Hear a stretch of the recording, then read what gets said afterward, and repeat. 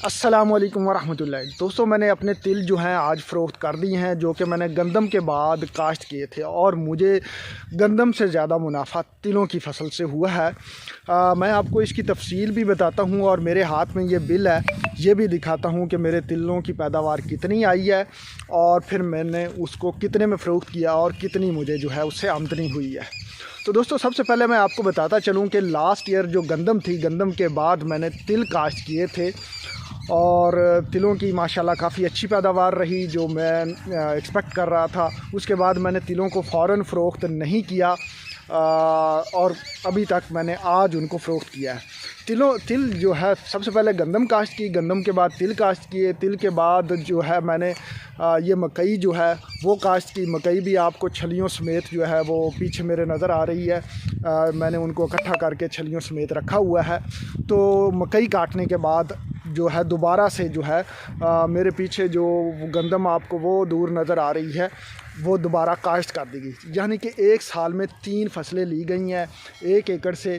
पहले गंदम, फिर तिल, फिर मकई, और वापस जो है अब गंदम उसमें काश्त हो चुकी है, और सारी फसलें वक्त पे काश्त की गई हैं।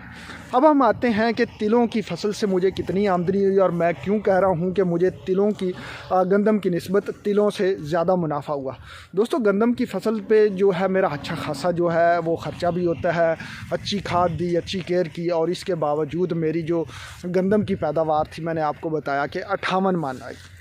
58 मन मैंने वो सेल तो नहीं की क्योंकि अपने खाने के लिए रखी हुई थी, लेकिन 2000 के हिसाब से अगर मैं लगाऊं तो उससे जो टोटल आमदनी होती है वो 1,16,000 रुपये एकड़ से मुझे आमदनी हुई।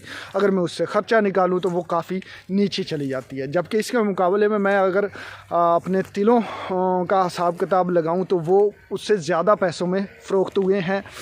मैं अब बिल पे आता हूं बैक कैमरे से, और आपको दिखाता हूं, और साथ साथ डिस्कस भी करते हैं।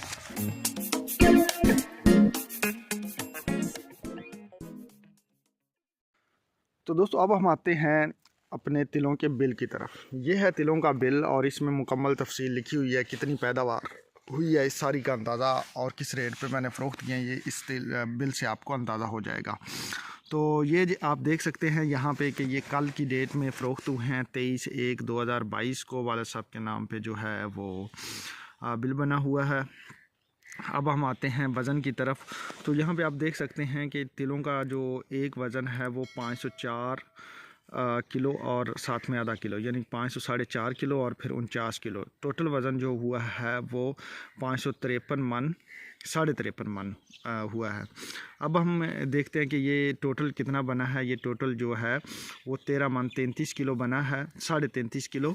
अब इसमें से हमने 10 किलो जो है वो रख लिए हैं, जो कि अपने घर के इस्तेमाल के लिए। तो आप कह रहे हैं कि और तकरीबन इसमें से 2-3-4 किलो मैंने बीज रखा है, जो कि अगली काश्त करनी है। तो आप कह लें कि 14 मन से ये ऊपर चले जाते हैं टोटल अगर हम करें तो। अब हम इनके आते हैं रेट की तरफ। ये जो 5 से 4.5 मन है, इनका वज़न जो है रेट जो है वो 8900 लगा है, यानी कि 8900। और जो 49 किलो हैं, इनका रेट जो लगा है वो 8000 रुपये लगा है।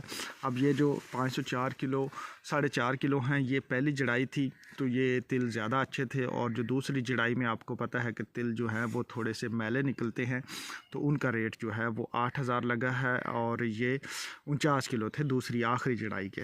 तो टोटल जो यहाँ पे आप देख सकते हैं कि 1,22,051 रुपये जो हैं वो बने हैं, जो कि हमने उनसे वसूल कर लिए हैं।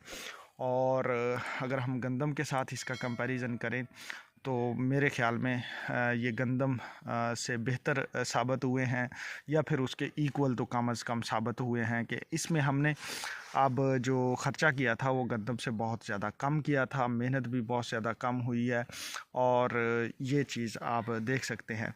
तो इसमें ये है कि हमने 3 फसलें ली थी। ये जो आपको मकई नज़र आ रही है, ये भी उसी एकड़ से निकली हुई मकई है जो तिलों के बाद काश्त की गई थी। अब इस मकई के बाद जो है वो दोबारा गंदम काश्त की हुई है हमने, जो कि मैं आपको दिखाता भी रहता हूँ।